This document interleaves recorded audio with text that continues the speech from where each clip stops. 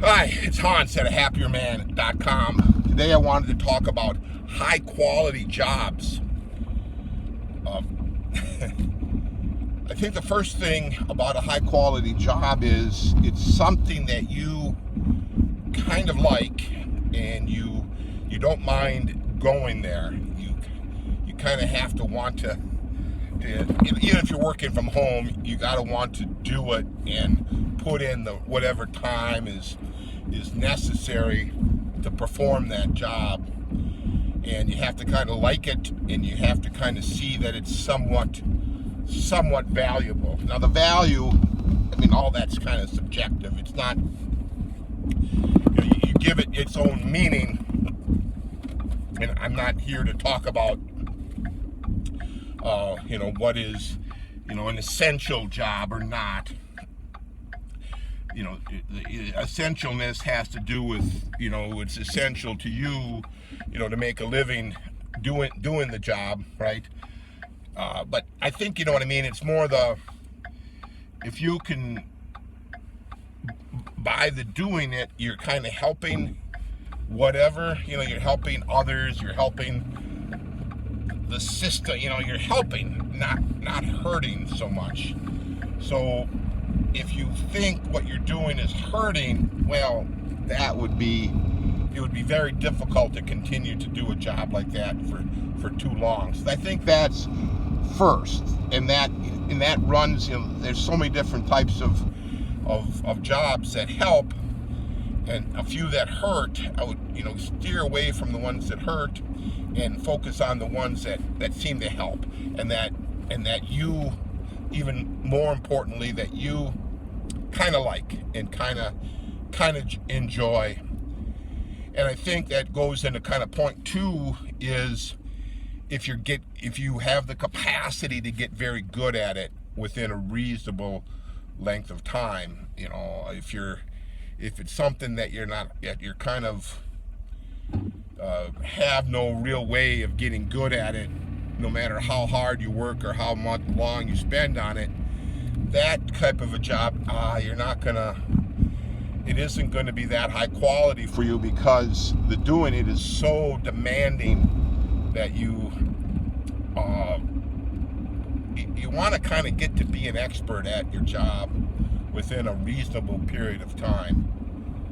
Okay, you don't want to be the person who's always struggling and always not knowing what they're doing and always having a hard time and all of that. You want to be good at it, and the better you're at it, you probably like it more.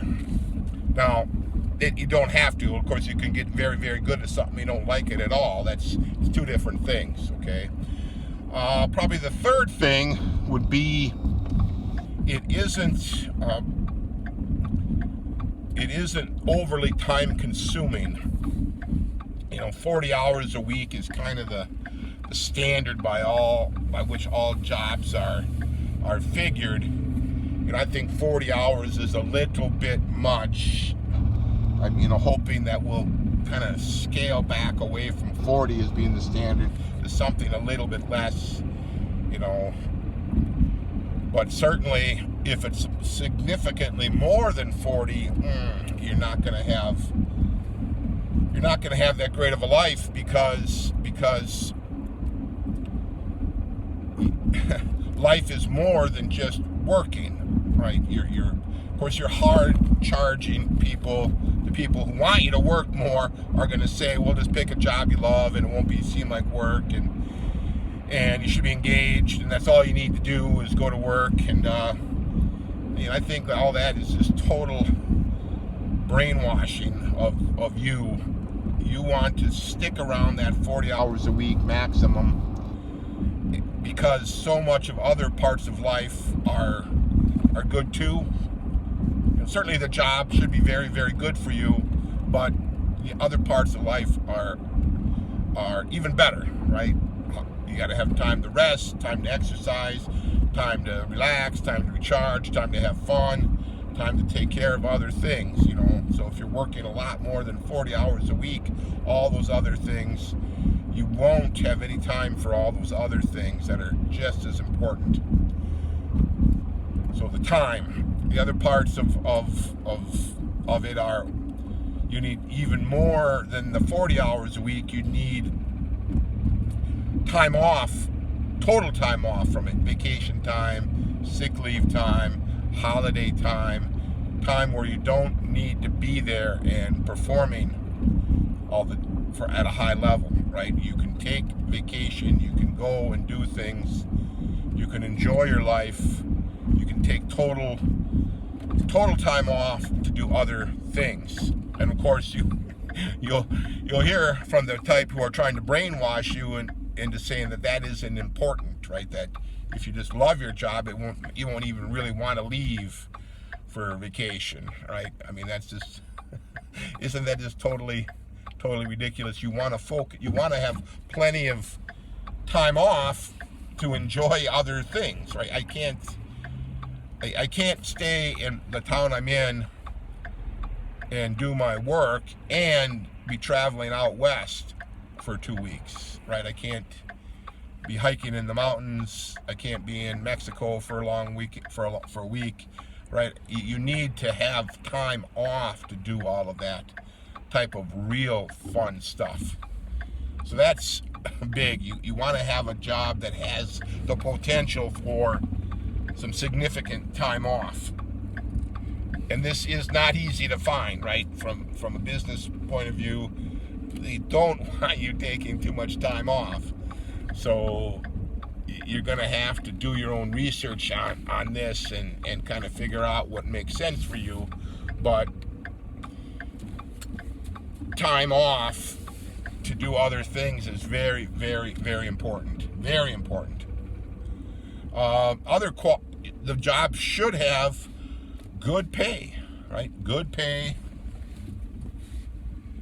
and good benefits, quality of life benefits, health insurance, that type of thing. Pay, usually you want to think in terms of the $75,000 a year minimum pay. Now that's hard for a young person to get to $75,000 right away, but you want to be able to get up there within a reasonable period of time. That gives you the number that you can probably have a pretty good life at. Now, of course, the more you make than that, the better, obviously. But let's say as a minimum starting point, that's $75,000 a year within a reasonable period of time. You probably will be starting less than that, but then you would work your way up. Benefits, well, health insurance, obviously, you need health insurance. But if you're doing your own business, you have to factor in all these other things. And if you're going to do your own business, you have to make so much more than that, so much more than the $75,000 to kind of counterbalance the lack of the health insurance, the lack of the paid time off, right? You have to counterbalance all of that together. And if you want to have a business, your own business, that's all fine, but you should go into it open eyes, knowing you really need to make a lot more money. You need to gross or net after your normal expenses significantly more than working for somebody else. What else? Well, there should be a certain amount of respect given to you. You shouldn't feel disrespected and marginalized in your work, and that's a huge benefit to some places and a huge negative at others. So I've worked at various different places, and I've had some where there's just the total lack of respect and a total unprofessional attitude, and some where it's the exact opposite, where it's very much respect and a very professional, and that's the kind of place I enjoy working at the most. And I think any reasonable person would think so, that you should be shown respect, and you should be respectful, and the people around you should be professional, and you should be professional, and you'll have a great working relationship if you work in an organization like that. Another thing that's even along those same lines is there should be a certain humanness, meaning you should be able to talk to people about your lives without it being just work, right? That there's a little bit of time where you can actually talk about other things besides, just that task at hand, where you can kind of chit chat and have a little water cooler talk and a little bit of enjoyment like that. And if you work in a place where there's no humanness, it'll be a grind, right? It'll be a grind it'll drive you out of that job into something that's more human. And you'll find that these better quality of life jobs, they may not pay as much as the poor quality of life jobs. The poor quality of life jobs, and all they have to offer is the high pay. All the other parts of the job, kind of suck. Pay is better, but everything else is worse. So that would, lead you in the direction you want your life to go. If all you care about is a bigger paycheck, well, just look for that and realize that all the other parts of the job are probably going to suck big time, but you may make quite a bit more money. If the other parts of your life, kind of what I'm talking about, makes sense, you may decide to take a little bit less money and go for the quality of life type of work.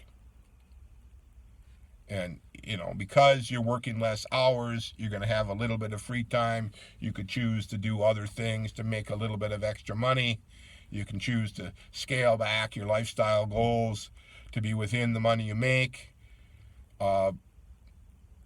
And you can have a much better life. So that's how I've chosen to look at things. I've chased money and it's ended up in jobs that are no good. But I've chased quality of life jobs, and I'm in the quality of life job of my dreams. So give that idea some thought. All for now.